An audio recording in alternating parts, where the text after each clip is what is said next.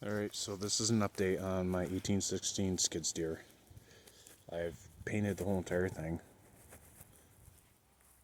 I'm kind of fast forwarding here a little bit. Here's my new power plant. It's the GX660 Honda engine. It's going to go right in there. Right now what I'm doing is I got to jack it up. I'm taking that plug out, draining out the tank, cleaning the tank out. I rebuilt all the hubs. Thankfully these bearings are easy to get for the 1816. I went to my local auto parts store. They had them in stock. Of course, not as many as I needed, but wasn't a big deal. The other thing I'm doing now is I wanted to show you something that was brought to my attention. And when I originally bought this thing, I tried to drive it off the trailer, and I will tell you, it was scary. And the reason why, the gentleman told me it was a touchy machine. Well, it had nothing to do with being touchy. And I'm going to show you why. So this assembly right here goes in there, and the engine's mounted back here. So these are your two pumps, this one and this one. And these are controlled, or connected, to here. Now these also are all connected to these levers, which you use to drive the machine, lift the arms up. So I'm going to show you a simple fix that I found. Doesn't cost a lot of money. So these pump arms here, I'll show you. See how nice and smooth that is. Now I'm going to do something real quick and I'm going to show you this. See that? Now I'm going to show you the one that I didn't fix yet. Now watch this. Now watch the shaft. You gotta excuse me, I got the sun right in my eyes. Okay, now watch. See how much movement's right there? And that arm, and I'm not even moving the shaft yet. I'll show you again. There's absolutely no wiggle in this thing. And this will cause a lot of issues with machines and their controls and how sensitive they are. This is something that was pretty simple to fix. I just went to Tractor Supply. I bought a different bolt. Let me show you. Maybe I have it on the bench here. So this was the one that came out here, and this is the one that I put in. And the problem is that the shaft needs to come all the way out to here, because then it's riding on the threads, and the threads just wear out extremely quickly.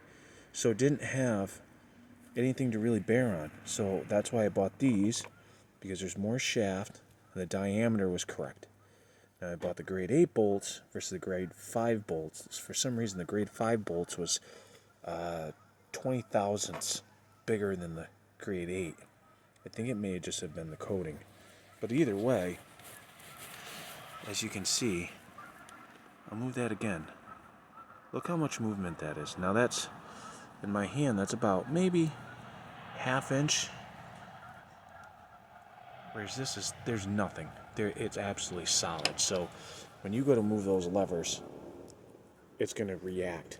And I'll tell you, a lot of the controls on these machines is because of neglect. Again, here's another problem that someone kind of, I don't know what they did here, but this is this spring should not be riding on this cable. So this spring should actually be brought out here, because somebody did something in a pinch and they jerry-rigged it, so it's not going to work correctly. So a lot of times in these older machines, you just have to take your time, go through everything, make everything right, and you'd be surprised. It's all it takes to bring these machines back, because they were so well built. Certain parts are hard to get.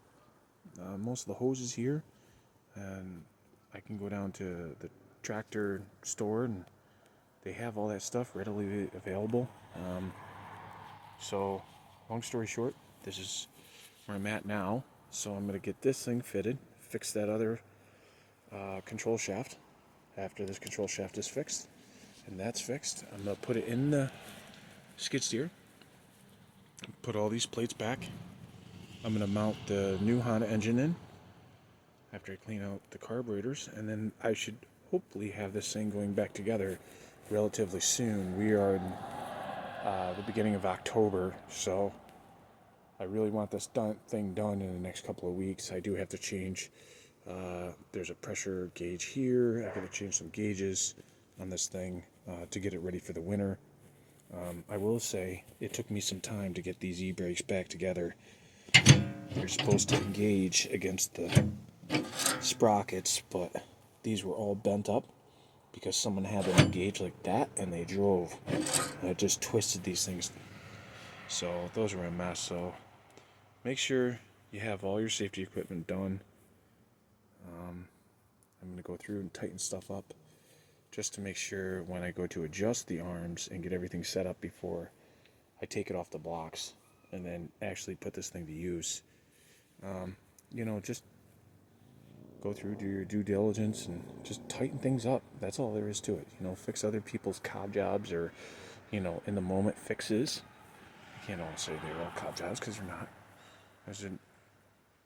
But other than that, this is my skid steer now. And hopefully that little trick helps you by just grabbing a different bolt and putting it in.